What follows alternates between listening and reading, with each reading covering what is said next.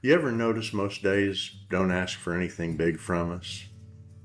They're not asking us to change the world, fix everything, or have all the answers. Most days just quietly hand you a few moments, a conversation, a decision, a reaction, and they kind of wait to see what you're going to do with them. Do you snap back? Do you take a breath? Or do you cut a corner? Or do the right thing when nobody's watching? Do you carry the weight or find just a little room to be grateful anyway? Around here, we like to seek out the Tulsa that's built on those choices. Not headlines, not grand gestures, just regular folks choosing over and over to lean a little more toward good. And look, we all miss it sometimes. We have days where we're tired, worn down, not at our best, but there is something powerful about deciding on purpose to find even a sliver of positivity in the middle of a regular Tuesday. So today, choose the right thing when it's not the easy thing, and give yourself permission to find the good wherever you can. This is Paris of the Prairie, and we're glad you're here.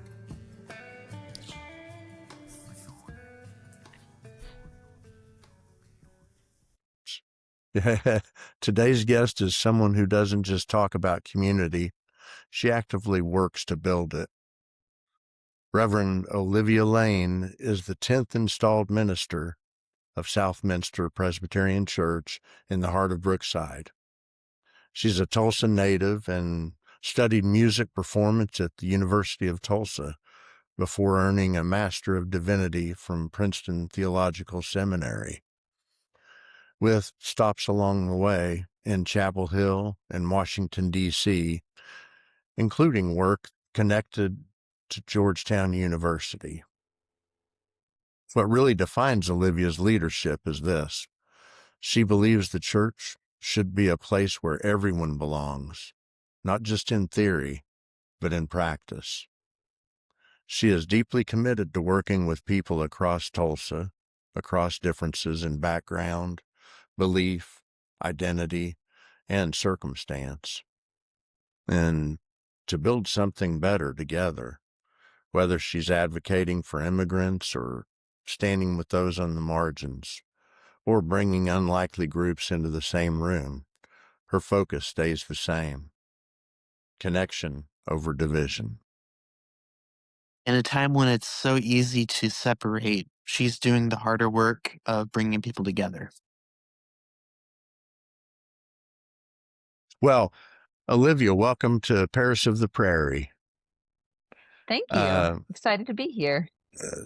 your work seems to not only be for your congregation, but for the broader Tulsa community. And can you tell us a little bit about where that mindset comes from?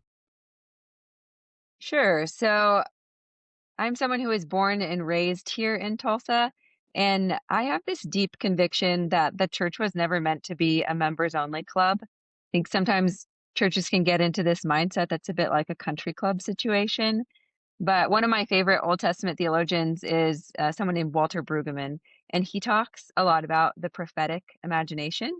And this, in his understanding, is the idea that people of God are called to resist the way that things are and to practice the way that things ought to be. And so that is something that really enlivens me. And if my faith doesn't send me out into the actual streets of Tulsa and into the complicated and beautiful mess of my city, then I have to ask like what it is that my faith is actually doing and what I am Mm-hmm. actually practicing. So I also think that being raised in Tulsa, um, this is very much my place. And this city is in my nature.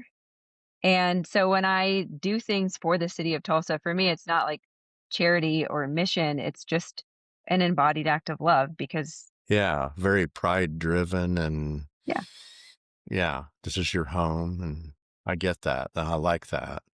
Um, so when you say you want to work with all people, what does that look like? Well, a lot of my background is actually as an ecumenical chaplain, which, is sort of this intersection between different Christian traditions, different Christian practices. And for me, my sort of ecumenical commitment extends beyond ecumenism to like all religions and people of no religions, which is part of where I find myself really hopeful about our future. And so when you say like work with all people, for me, it's such an ordinary thing because I just care about humankind.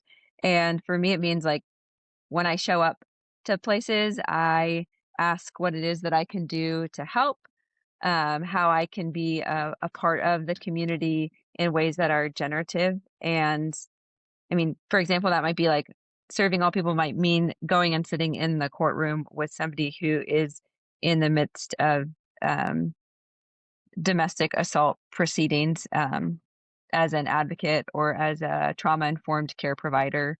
It might Hmm. mean calling up the imam or the rabbi or the, humanist, uh, you know, individual who is offering care to the humanist community and saying, "Can we have lunch so I can learn from you?" Obviously no agenda there, just how do we build a relationship so that we can better serve our communities in our Hmm. different ways? And how can I support you in the things that you do with meaning and purpose? And then also for me, it's really about noticing the sacred in the ordinary, because I actually think all people's lives in these contexts do matter, and that Yes. happens not in grand sort of ways, but in just how we show up and let people know that they are valued and their work and their commitment have meaning. And especially when it's people that, may be different from me, may have different beliefs, may have different economic status, or may function differently in the community. So Right. that's what I Well, think.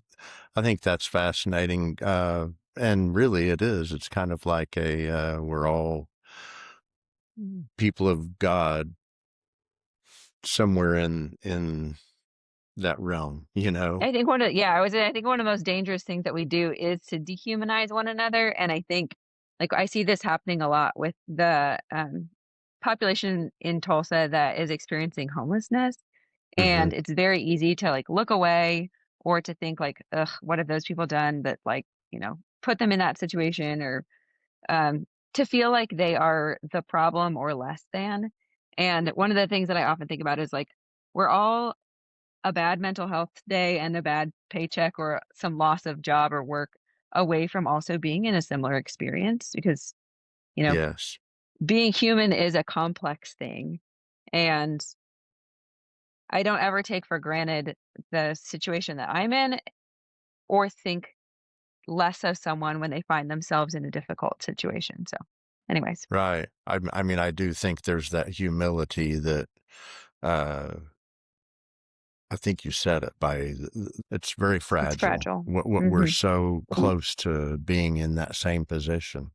Um, and then that kind of gets to this question to a degree, on how do you bring people together who Mm, fundamentally disagree politically, culturally, or spiritually? sure. For me, this has to be rooted in beginning before the disagreement. So I actually think you don't lead with the thing that's contested. You lead with the parts of us that we can connect around, the human pieces. Hmm. Um, what do we love about our city? What are we afraid of? What are we hopeful for? What do you want for your children? Um, I always think like the communion table is longer than we think it is. It should be more expansive and more accommodating than my like fragile, limited human mind can conceive of. I really do Hmm. believe that when we eat together, when we share life together, when we grieve together, when we laugh together, we build something that is able to exist in the midst of disagreement. And I'm careful about how I say that because I do think that there are real harms and real traumas that can be done, especially by people of religion when they're like, oh, everybody's the same and it's all fine. And I'm not saying everybody's the same and it's not all fine. But when we build the trust of long term relationships and we host one another and we care for one another and we live seeing the wholeness and the abundance of the other, even when it's wildly different from our experiences of wholeness and abundance. I think that it doesn't dissolve our differences, but it creates a kind of trust whereby we can honor the dignity of the other person. And Hmm. I think it's like that piece that has to be done in order for us to exist in the midst of disagreement. Oh, sort of on that, I mean, Tulsa, like most places, has its lines, racial, economic, political. I'm curious, where do you see the biggest divides right now?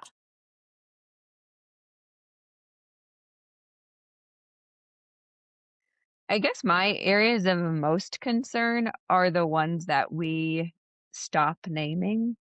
Um, we're all like very focused on our political differences right now, and so that is like front and center. But the racial wealth gap in Tulsa is a real thing and well documented and staggering and has a very specific history. So I think about, the 1921 massacre and the results of that and the ways that we continue to metabolize that as a city. And we do have deep geographic segregation in it. Like, as Hmm. somebody who grew up in the city of Tulsa, I have experienced this from the time that I was a little girl. Um, and we do have different quality of schools and we do have different health outcomes. There's like a fascinating um, Yes. way that you can look up like health outcomes by neighborhood and see like that the rates of health disparity are like very much geographically situated in our city and people's access to healthcare and hospitals, etc. Um, Hmm. and so I think about like the way that that affects who gets invited into rooms, who gets invited to make decisions and advocate on behalf of their community.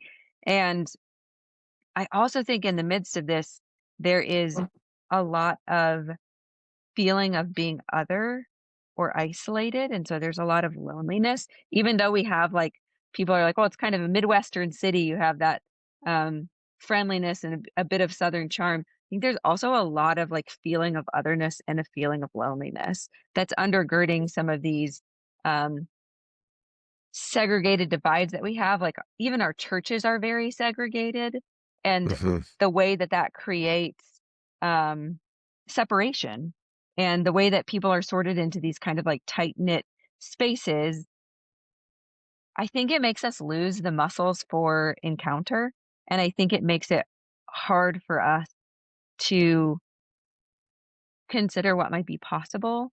So, Hmm. I think that that might be, like, where some of our deepest divides are. Hmm. Very Absolutely. much so. I mean, it's interesting. We're also familiar with, uh, everything that happened in the massacre. Mhm. Uh, and then you even go back to something that hasn't been considered as much, maybe, and that's the removal, Mhm. of Native Americans and that whole Absolutely. community, and then you break down into even smaller communities, people from you know Asia and so forth that have been through the very same thing at different times in history. Right, and we like to say that we're welcoming in a lot of ways, but I really feel like we are so siloed. As much as we Hmm. like to say it, our practices tend to be very siloed. And for what I would consider to be like a pretty philanthropic city, like we have a lot of philanthropic organizations, we don't always work well together. So despite having a Right. lot of houses of worship, despite having, philanthropic organizations, our ability to work across difference is still very limited in my experience. Hmm. And that's something that I still notice as a concern for if we want to be these things that we say we are, if we want to be a sanctuary city, if we want to provide nurture and flourishing for all kinds of people, we've got to be willing to put our egos down and to work across our own denominational differences or, you know, um, across our different philanthropic institutions and organizations. Bridge those gaps. Absolutely. Mm, yes, I see this all the time, actually, and this might just be the nature of my work. It might be the fact that I'm a female leader in a religious institution, so I feel like sometimes I attract people who are deconstructing or like reconsidering the things that they might have previously believed. Um, I often find these moments catch me when I least expect them, though. I have had so many wonderful conversations with parents who are coming from a more sort of evangelical Christian tradition, and then they have a child who's a queer activist or, you know, doing like incredibly important work in the LGBTQIA community. And then these parents are trying to figure out like, what does it look like for me to love and support my child when I have this religious system that's taught me my whole life that the way that my child is wrong. And for me, like, this is one of the most beautiful transformations that I see on, like, a very regular basis is their love for their child in the best ways can overcome the limiting beliefs of, what they have been formed in. And they recognize that the value of the individual, the value of the person is more than, um, the tradition, which I mean, I find this to be a profound transformation. And it Hmm. doesn't mean that it works every time and it doesn't solve everything and it's not, uh, now we're gonna be like the most, healthy family system ever, but I think that it allows cracks of light into ways of being that are sometimes far too rigid and far too limiting. And it allows this kind of like possibility to break in. And I see these people over time often allowing more joy and more possibility into their lives. And for me, like that's something that I live for Yeah. in my work. We're just not here to judge. What we are here to love. And that's got to be the toughest thing. I know personally um, that there are situations that have tested me, but made me a more whole, real person, I think. Hmm. Um, and that's what makes you wonder how you keep faith from become something that separates instead of bringing everyone together. Well, it's this beautiful spiritual transformation that I see where it goes from people who have been sort of inculcated to think that the most important thing for them spiritually is to be right, right? To be correct. There's this long history, especially in Western Christian tradition of apologetics. And when I say long, it's not that long actually. But in the United States, it feels like a very strong bent toward like you have to know the right theology and be able to say the right thing, and that's how you know that you're a good Christian. And when I see the Hmm. spiritual growth from that perspective to this like possible, expansive, abundant love of God that then changes how you treat other people, like you are going to be more generative, more generous, more kind, more um, giving in the way that you interact with other human beings. I'm like, oh, that looks a lot more like the gospel than you being right. So, Yes. anyway, Right. that Right. gives me a lot of joy. Yeah. That's great. Yeah, that's wonderful. So, Wonderfully said. Um, so what role can churches play in healing communities rather than reinforcing division? I think that churches have a really unique we occupy a really unique space right now, which is that we have physical space and we have relational infrastructure. And I just briefly mentioned like loneliness and how much I think people experience loneliness, but we are very much living in a time where most of our interactions, I mean, even like us right now on this call, it's mediated through a screen, right? Yeah. And Right. church is still this like weird space where it's possible for bodies to gather together with like no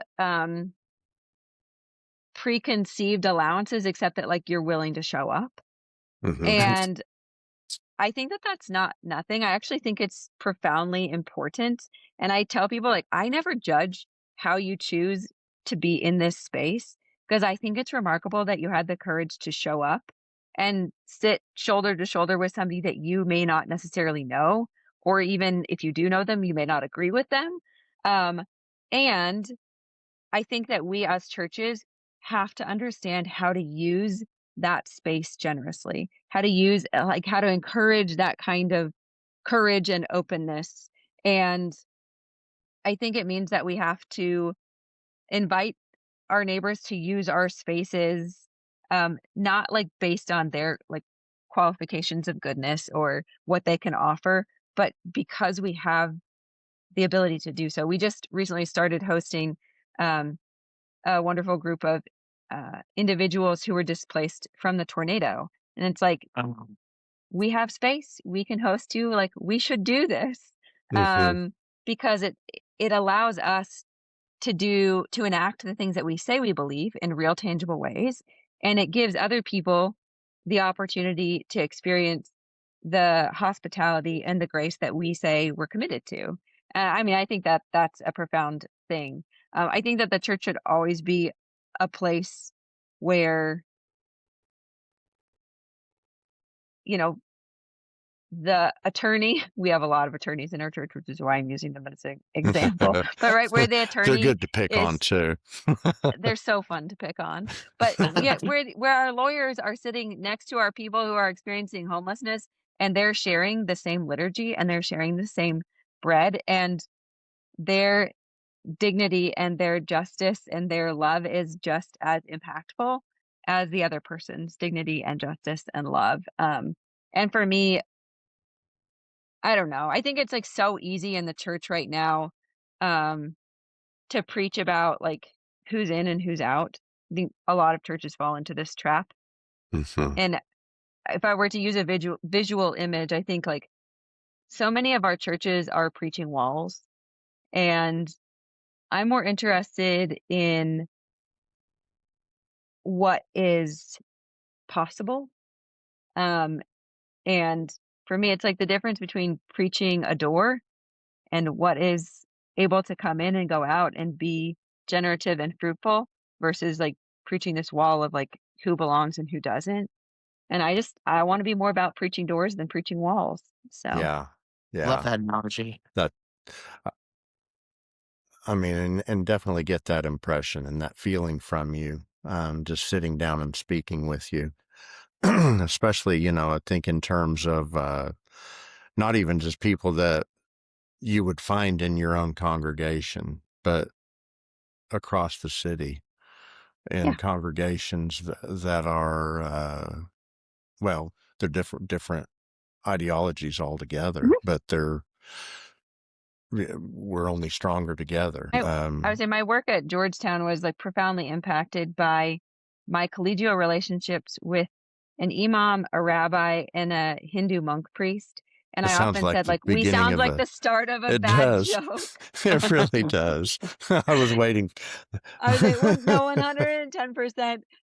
And I learned so much from them about the importance of their practices. And that really humbled me in the way that I understand my practices, why they're important to me, and also what my commitment is to supporting others in their practices. So, Sort of going off, um, based on what you were saying, kind of creating partnerships. What are some partnerships or collaborations that you're most proud of in Tulsa so far? okay, there's one I'm actually super excited about. I don't know when this is going to be published, but the grand opening of the bazaar is happening this weekend, and this is an initiative of Tulsa Metropolitan Ministry, which, for full transparency, I am on their board. But Tulsa Metropolitan Ministry is an incredible organization here in Tulsa that has representatives from a lot of different religious and also pagan traditions, and they are a community that seeks to improve the whole through our commitments to shared values of justice, dignity, and love. And they are opening an incredible grocery store concept in the Dawson neighborhood, right near the airport, Oh, and no. all of the members of the Dawson community will have a membership to this grocery store, and they have like all sorts of like fresh grains and produce, and um, it is like on a sustainable grid situation, and so they'll have food trucks that will offer meals to kids that go to the school there. The kids can come and get a free meal every day. Um, and they have a longer term program that includes housing and some jobs programs. And just like, honestly, it's an incredibly complex, thoughtful, and hopeful way of providing a real need that the Dawson community has, um, and a real need in a way that is expansive and Hmm. lovely, right? Like this isn't just, Very um, welcoming and yeah, and like aesthetically beautiful, and it has like wonderful spaces for gathering, and they're doing this incredible community garden project where they'll be teaching the kids at the, school that's right over there how to do some sustainability things, and it's just a really wonderful concept. It's that sort of thing that really excites me, right? Is when we use our hmm resources, especially across different traditions, to do the things that we say that we believe, right? To encourage human flourishing and human dignity, to feed people that need food, to make a way forward economically for communities that may have been economically disadvantaged.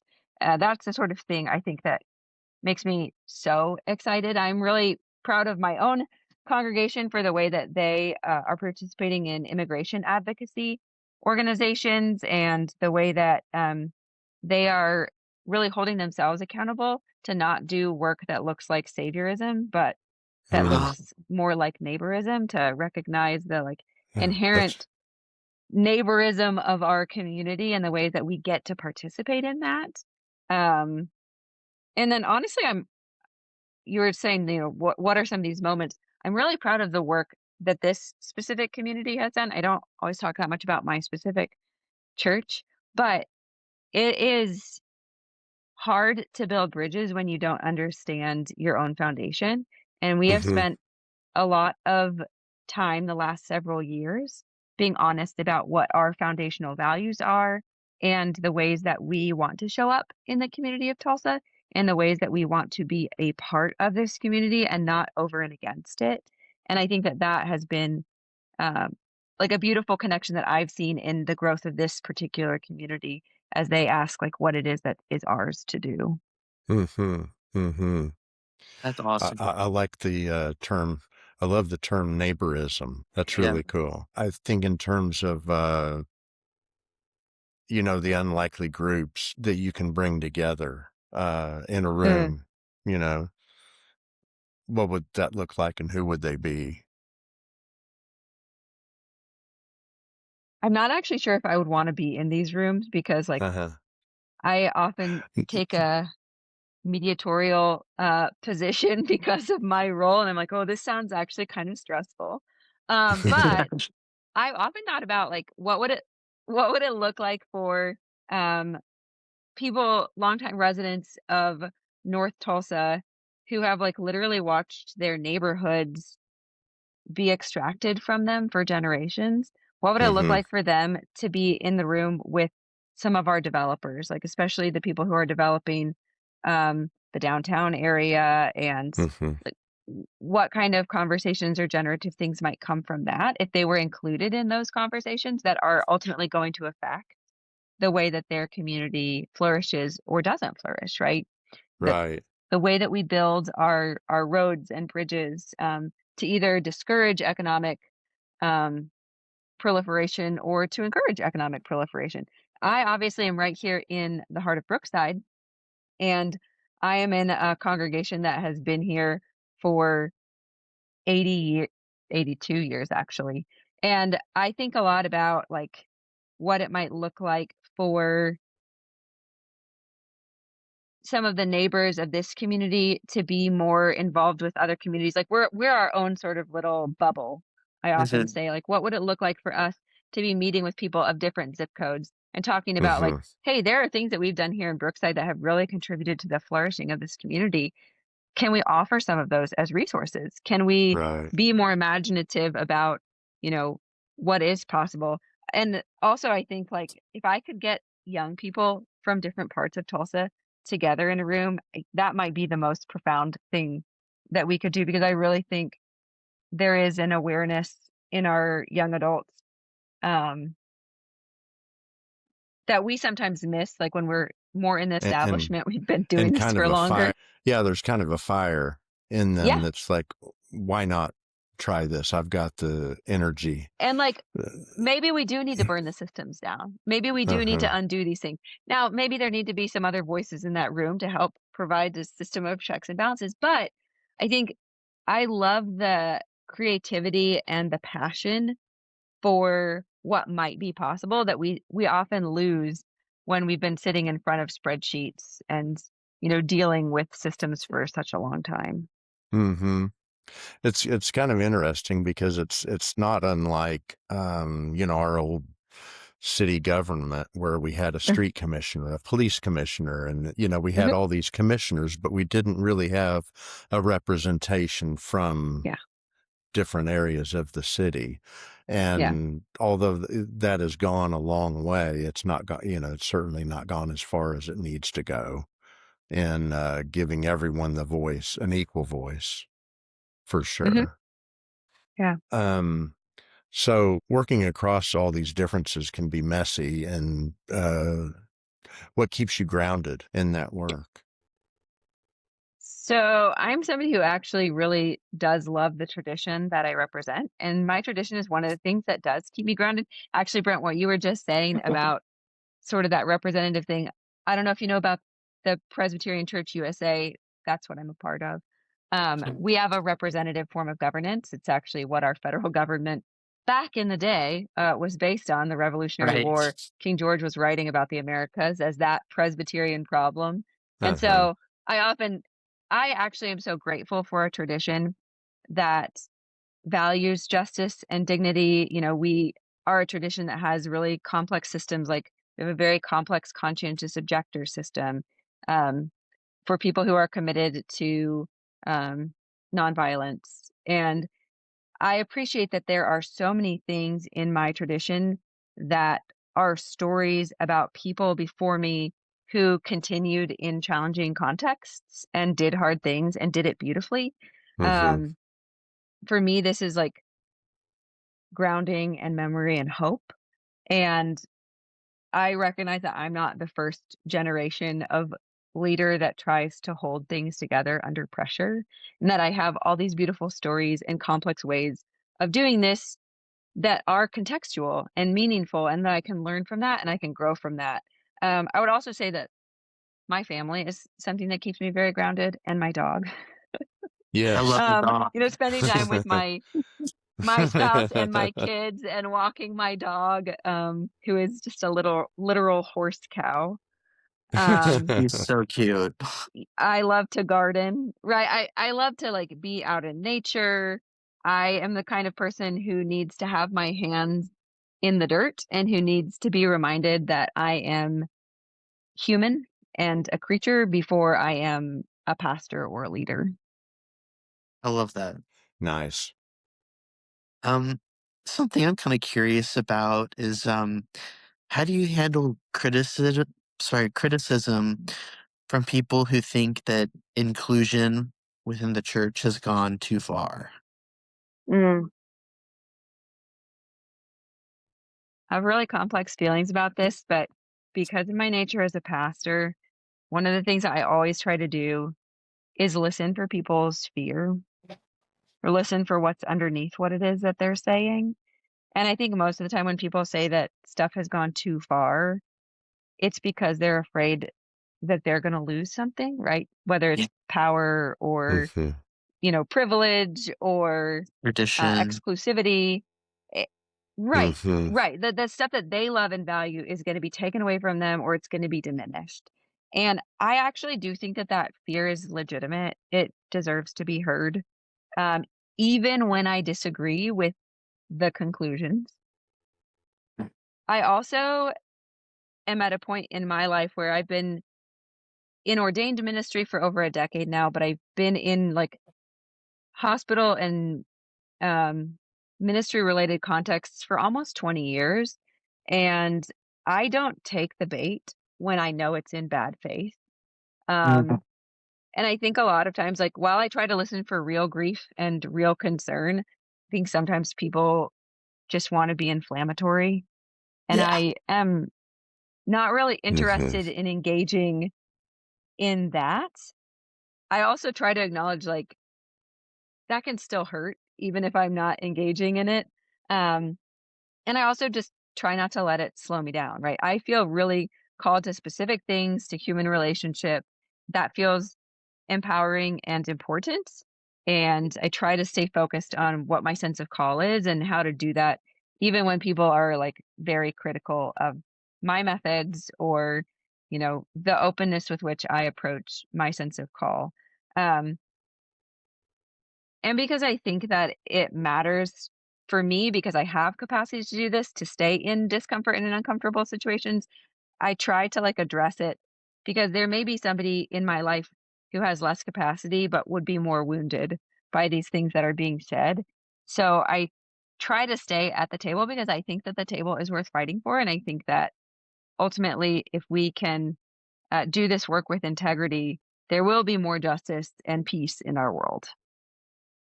Beautifully said. And yeah, I love how you tapped into how other people are probably feeling, how it's fear, um, and tapping into that. Often there's so much grief bound up in that. Like a couple Mhm. things that have surprised me, or when we had like a big explosion over something that I was like, this is honestly the stupidest thing that I have ever heard, right? Like everybody's all of a sudden up in arms because we like changed the format of the bulletin. And you would think like I erected a golden calf in the sanctuary and asked you all to bow down to it. Um, And recognizing that a lot of that, like, intense emotional response is, uh, honestly about grief too, because this is the bulletin that I've looked at for 60 years, and my husband who used to sit next to me and look at this bulletin too and is now dead, like, that story, that memory, I feel like a loss of that, right? That might be Hmm. something that I no longer have in this moment. Hmm. And so I'm always sensitive to the fact that those things are at play underneath.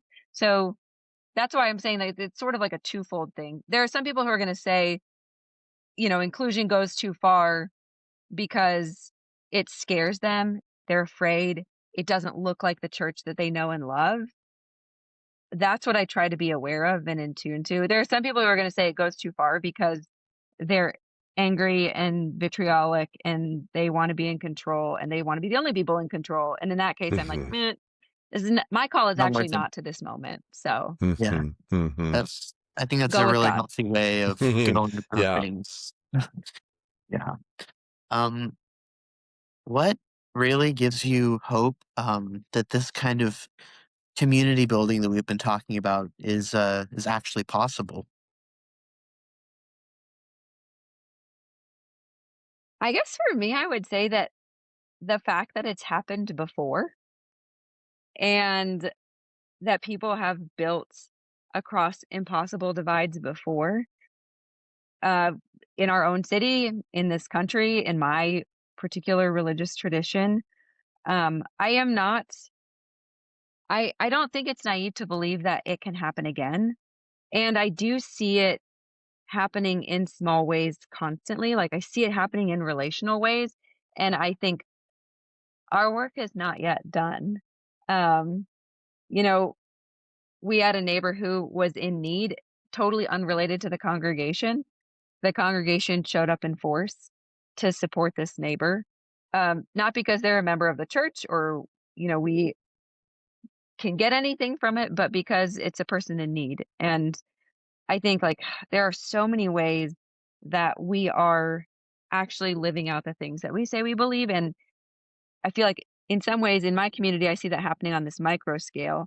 And then I talk to friends and colleagues across the country and recognize that like, oh, we're all longing for this more compassionate, more just way of human encounter, of being together. And for me, I think when I say we all, I mean that Um, I wish Yeah. we all did, but Right. I Right. think people of similar conviction are feeling the same way. And for me, as a person who is like always trying to figure out what is hopeful, hope isn't a feeling. It's something that I practice. And one of like the mantras that I tell myself is like, just do the next right thing. Mm-hmm. And I believe that in doing the next right thing, if I do it with intention and with integrity, it matters and it will be enough. And that's part of how I keep staying in the work of what is actually possible. I love That's that. awesome. Um, I mean, you've this, said so many great nuggets that could be T-shirts. I can see it now. yes, Let's do a whole branded line. whole Shopify Fantastic. account. For, but it is, you know, it's that nature of gosh, it's just so easy to be negative, to get Yeah. drowned in the mire, in the muck. But once you get accustomed to saying, who's doing good? What good can I do? Mhm. And make it a habit, it does become so much more refreshing and enlightening. And that's what I really believe, like, it is a practice, it is a discipline. You know, I like to run, and you don't just get up and run a marathon. And I think this, like, about our experience of human life too. Like, you don't just wake up and automatically feel happy all the time and, you know, see all the good in the world around you. This is like a habituated thing that you have to practice.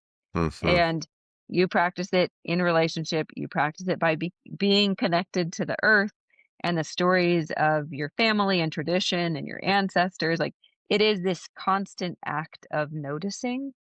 And for me, like, that's a spiritual discipline. And also people who don't have a religious framework might name it as just a general practice. But for me, it's a spiritual practice to notice, to be curious, and to allow myself to wonder what's possible. Mm-hmm. in this act of noticing, where do you see the most hope right now in Tulsa, the country, the church? Mm, mm. Okay, in Tulsa, I actually think it is a lot in the young people that are choosing to stay in Tulsa and continue to like build and invest in this community. When Mm-hmm. I first graduated from college, I went to TU. When I first graduated, I could not wait to get out of Tulsa. I Yeah. felt like this was an incredibly oppressive city and I needed a chance to not be here. And I have seen so many young people, you know, now that I've been out, you know, of college for almost 20 years, who are choosing to actually stay and to be curious about what's possible in the city and what we can do as a collective Mm-hmm. to care for one another in really like deeply meaningful ways. Um, in our country, I feel like I have to grasp with a very tenuous grasp on this like long arc of justice and recognize that like we have had failures of leadership before and we have had horrible fractures in our republic and there have always been people who are pushing toward justice and those people have done work even when it isn't visible. And especially right now when I feel like where is the visible work being done? I Yeah. am reminded that like Fred Rogers said, there are always helpers.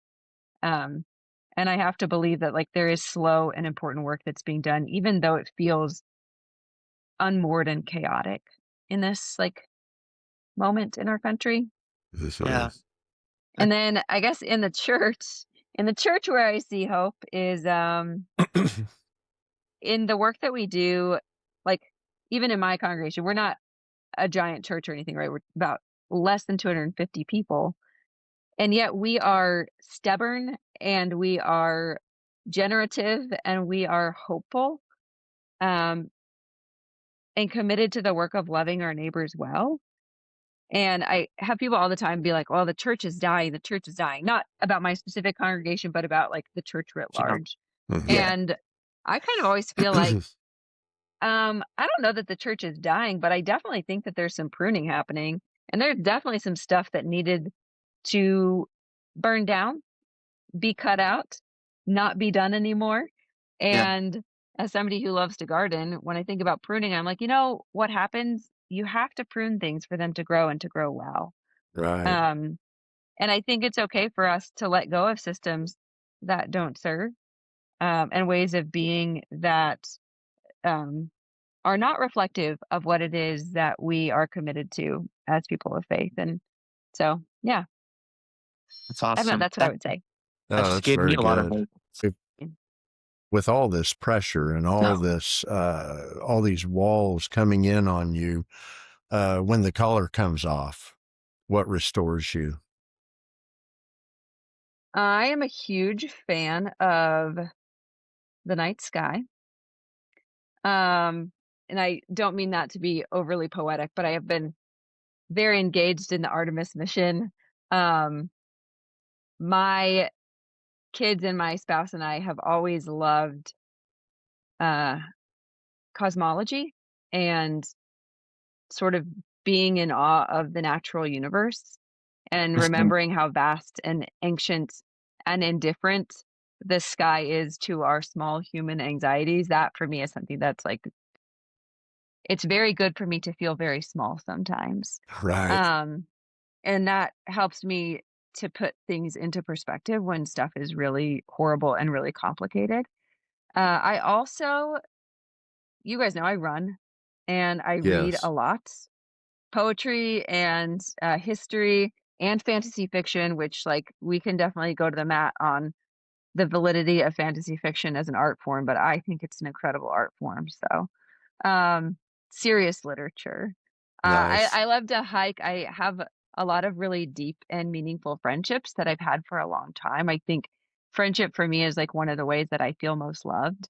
And so I love to spend time with people traveling or sharing meals. And also my family and I are working through the national parks. And Oh, yeah, I I think love this has this. been, yeah, this has been like a huge gift of parenting is that I can travel like in some of the most beautiful natural environments and call it education. Yeah. So, And you're Oh, that's accessing your yeah. awesome. inner child too. Yeah. I like think it's so important that we as adults figure out play and joy. Yeah. Yes. Oh, yeah, absolutely. Well, we can't let you go without asking our signature question, and Oh, that okay. is, what says Tulsa to you, and where do you go to find it? Okay. I think Tulsa says that we have been through something and we are still here. And what I mean by that is that we have a very complex story as a city, right? Our history of Greenwood, our history of removal, um, the way that that history like lives in the ground, in the red dirt. Hmm. And we continue to occupy these spaces. I think about it every time that I do a land remembrance at church. Um, we don't always do the best job of telling our stories, but we persist. So I think about this like here in Brookside in the ordinary rhythm of neighbors knowing each other and the like beauty of our natural environment, although I know a lot of people won't say that about Oklahoma. Like we also live in the heart of green country. We have the most incredible sunsets. It is beautiful. And I think that when I say like we've been through something and we're still here, I also mean that our full potential has not yet been realized. And that for me is so joyful because I think that Tulsa is capable of being um, a wonderful home to so many. Hmm. And I like that we haven't had our best moment yet. And that keeps me hopeful about our future together. That's awesome. I knew I wasn't going to get just a standard answer there. Sorry about that. That's probably the best one ever. We can't thank you Yeah. enough for joining us today and being a part of the program. Yes. You are certainly somebody that inspires us and reminds us of why we're doing this. Just Well, focusing on I would people that say are doing good. I'm so grateful for you guys, for all that you put into the world, and for your curiosity about sharing more about our city with people and the gift of our community. Awesome. Well, thank you so much. I'll chat with you soon. All right. Bye. Good to see you, Bye. Olivia. Wow, Chase, that was awesome. I could listen to her talk for hours. Yeah, she's really when we talk about the type of people that are doing things and doing good in Tulsa, she definitely is at the top of the list. Yeah, absolutely. Reverend Olivia Lane isn't just leading a church. She's helping build a wider table. In a time where it feels easier to sort ourselves into corners, she's doing the opposite. She's inviting in, pulling up chairs, and asking us to sit with one another long enough to actually listen. Different beliefs, different backgrounds, even different stories, and still the same city. If Tulsa is to become something better, it won't be because we all agree. It'll be because people like Olivia are willing to do the work of bringing us together anyway. And maybe that's the challenge she leaves us with. Not just to believe in community, but to participate in it. Absolutely. Well, thanks for being part of the conversation. Now go out and do good. And don't forget to follow us where you get your podcast.